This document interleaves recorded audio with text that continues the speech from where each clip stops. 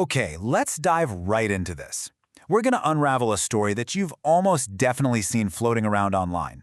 It's this shocking prophecy that seems to explain the last 100+ years of global conflict with honestly chilling accuracy. We're talking secret societies, plans for world domination, a whole narrative that was supposedly set in motion over 150 years ago. So this is the heart of it all. This is the legend.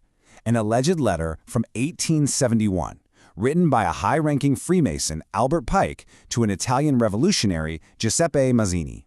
And it doesn't just predict one world war, but three, all leading up to this final apocalyptic showdown. I mean, the details in there seem just unbelievably spot on. I mean, that claim is just astonishing, right? A secret blueprint for all of modern history. But to figure out what's true, we have to become, well, historical detectives. We've got to follow the breadcrumbs, trace this incredible story all the way back to where it actually started. So where do we begin? Well, let's start with how most people run into this story today. It's usually through 20th century conspiracy literature. See, this prophecy didn't just pop up on the internet out of nowhere. It was really launched into the mainstream by one key person.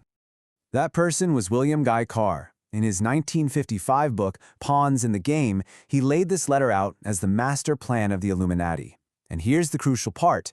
To prove it was real, he made a very specific, very testable claim. He said the letter was catalogued, and you could find it in the British Museum library. And right there, right at the start, we hit a huge roadblock. Because researchers, historians, and the museum itself have all said the exact same thing. No record of this letter exists. It was never there. It was never catalogued, never held, never put on display. Carr's big piece of evidence was just flat out wrong. So if he didn't get it from the museum, where on earth did he get it? Well, the answer, it turns out, is hiding in plain sight in Carr's own writings. He actually gives us the clue we need to follow the trail further back in time.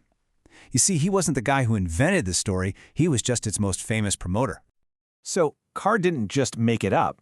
He found it in a book from 1925, written by a Chilean cardinal. And that cardinal? He got it from the original source, a really sensational French book from the 1890s called Le Diable au 19e siècle, which translates to The Devil in the 19th Century.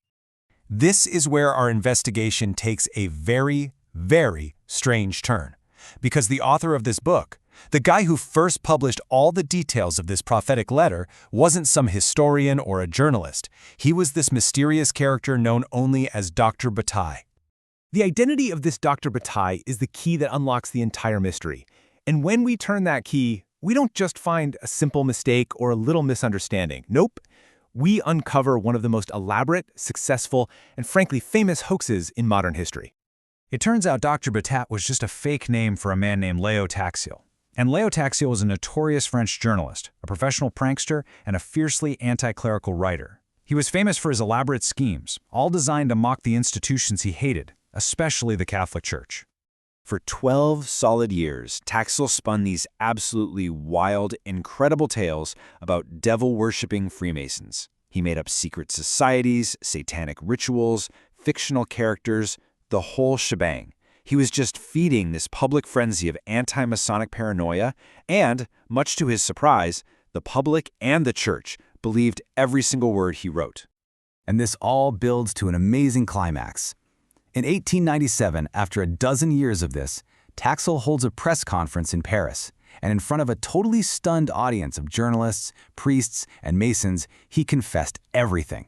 The whole story, the devil worship, the secret leaders, and, yep, the prophetic Pike Mazzini letter, was a complete fabrication. It was all just one giant prank to see what he could get people to believe. So there you have it. The Pike Mazzini letter is a proven hoax dreamed up by a 19th century prankster to make fun of people. Case closed, right? Well, not so fast. This brings up an even bigger question. If we know it's fake, why does a story like this survive for over a century? To understand that, we have to look at the soil it was planted in. You see, Taxiel's hoax wasn't created in a vacuum. It was built on a foundation that was laid 100 years earlier.